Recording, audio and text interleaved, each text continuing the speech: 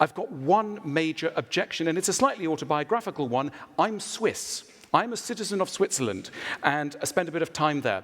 And the thing about Switzerland is that it's solved all these problems. It's got a fantastic education system. The average salary is $50,000 a year. The country's been at peace since the Treaty of Westphalia in 1648, and the hospitals are superlative. Yet, it's not paradise. Indeed, there are legions of problems. Problems that I would describe as first world problems, which are not jokes. They are genuine problems. Switzerland is where Swaziland and Botswana and Liberia may be in 500 years' time. But the bad news, ladies and gentlemen, is that Switzerland is not perfect. And it's for that reason that we have to discount the optimistic tenor of the motion tonight. Why is Switzerland not perfect and countries like it? Well, firstly, because idiocy is not removed by reason. The great promise of the Enlightenment was if you tell people what the right thing to do is, they will do it. That evil is the result of ignorance. It's not. Idiocy is more stubborn than that. Poverty is not eradicated by raising the GDP. There are millionaires and billionaires who feel they don't have enough.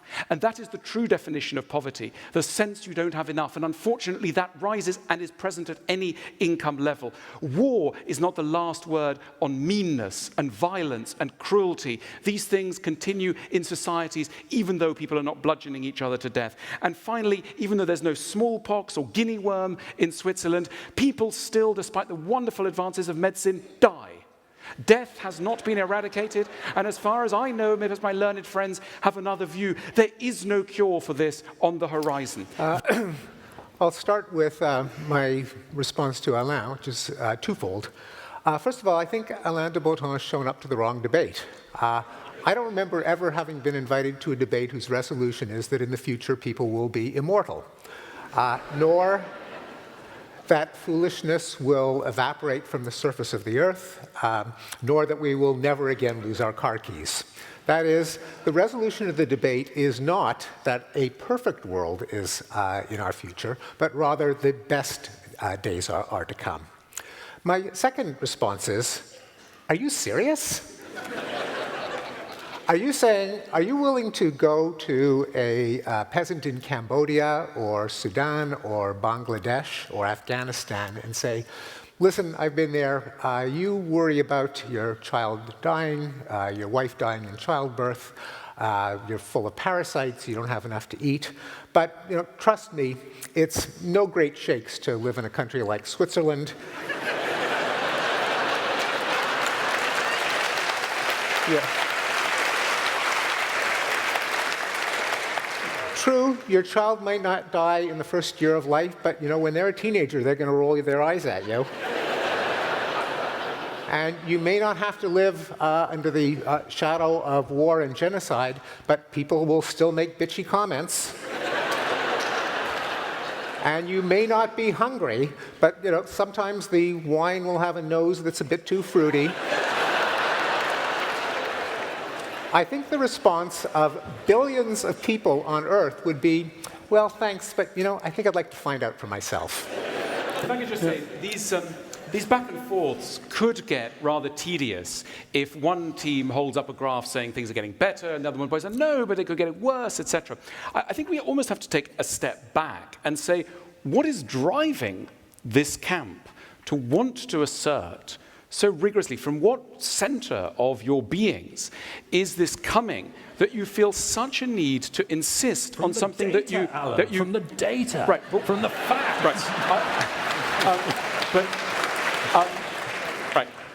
The data does not point you irrevocably to a sense that life is going to be made perfect. So that's not what the debate is about. Where did this perfect come from? Yeah. Sorry. Not perfect. Remember, you're at the wrong debate. Mr. Pinker, this is your great let-out clause, because whenever we point to something, you'll go, oh, I didn't mean that. Oh, of course, that will remain a problem. It's this that I'm interested in. So we'll say, what about the rate of gun use? And you'll go, no, I'm interested in the South African liverworm virus. And so you constantly shift and give ground. So you'll say, okay, I'm not interested in that problem. So when I mention the high rate of mental illness, you go, oh no, I'm not interested in mental illness, I'm interested in extreme poverty. And then I say, well, what about the idea of relative poverty that famous economist Easterlin pointed out in the 1970s? You go, no, I'm not interested in relative poverty, I'm only interested in extreme poverty. So you keep shifting the ground, thereby making your own position slightly invalid, because whenever we're saying, no, there are real grounds for concern about the progress of humanity, you'll say, oh, it's not that bit of progress I'm interested in. Okay, let's so bring, we have to define let's bring Stephen in here and have you answer this charge. Are you being selective with your facts? That's utterly false. I mentioned 10 dimensions of human well-being. All of them have improved. So I could mention another 30, but the point is you can't mention a number there 30. are far more. How many factors are there in human life that assure people's satisfaction? Yeah, Alain, let's let Stephen. This is harder than the election debate, people. Okay, let's let Stephen in here. I'd like to hear those other 30. Those other than life, health, education, affluence, peace, safety, intelligence, women's empowerment. What are the other 30 on top of those? Do you know a famous novel written in the 19th century called Anna Karenina? Now, the people in Anna Karenina, none of them suffered from your 10. Was it a happy story? No. And that tells us something very crucial, Mr. Pinker, about your narrow... Did we claim we were going to abolish unhappiness? This is another tactical retreat. Matt Ridley, this is another tactical retreat that you keep putting off. Not. We define an area where you've lost, and you go, we're not interested in that bit, we're only interested in the liverworm. So why don't you say what you are interested in and stick and defend it? Alain, have you looked at the data on happiness? Happiness correlates with wealth between countries, within countries, and within lifetimes. It's perfectly true that you can be very wealthy and very unhappy, but that's all right because it cheers up other people. So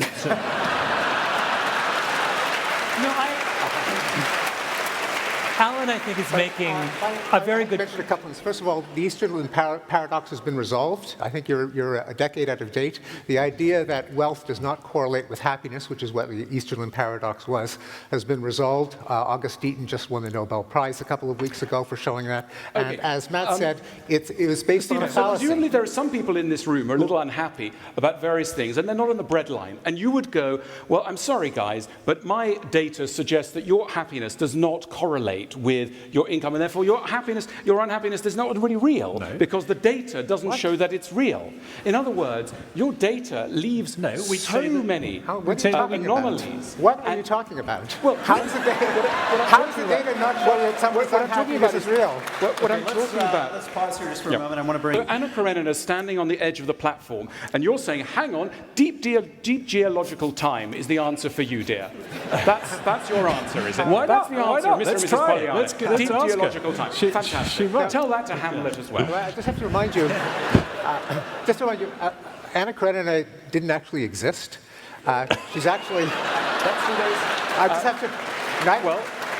Neither did Hamlet. She exists. We're talking about billions of people who don't see their children die in the first year of life. Another shift, another classic shift. You've shifted the goalpost.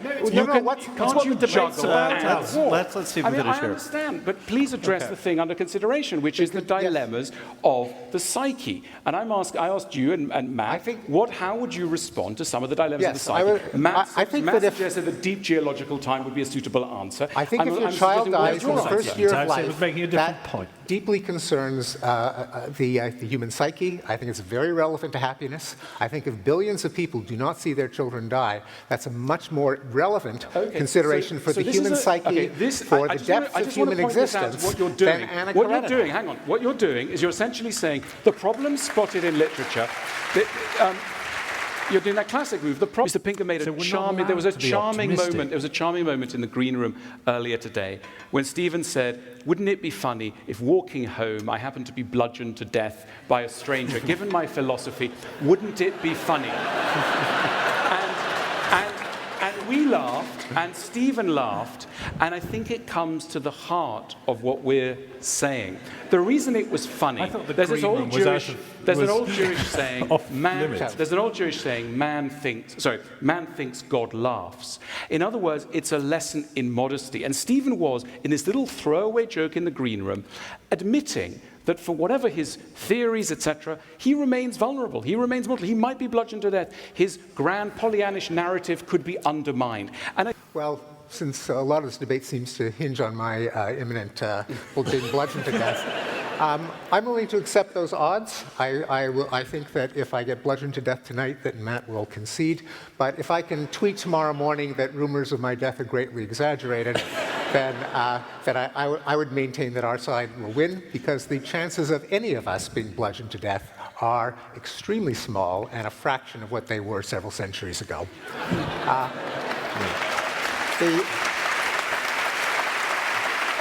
In terms of simplicity versus complexity, Malcolm, are you saying that a scientific approach to the problem is the simplistic one, that instead we should look to Aeschylus or we should look to science fiction? I would maintain that if you want to understand the world, which way it's going, which scenarios are likely, and most important, how to deal with them, science is the sophisticated way to address these problems, not the simplistic one. That is, if you want us to know what we should do to continue the trajectory to reducing disease, to reducing hunger, to increasing the lifespan, to getting kids to school, to reducing the threat for climate change, yes, science is where you should look, and no, it is not the simplistic way to deal with these problems or to analyze them. And again, nor is fiction or the appropriate way to figure out how to deal with the very serious challenges that we have. The way to deal with it is with science. Very good.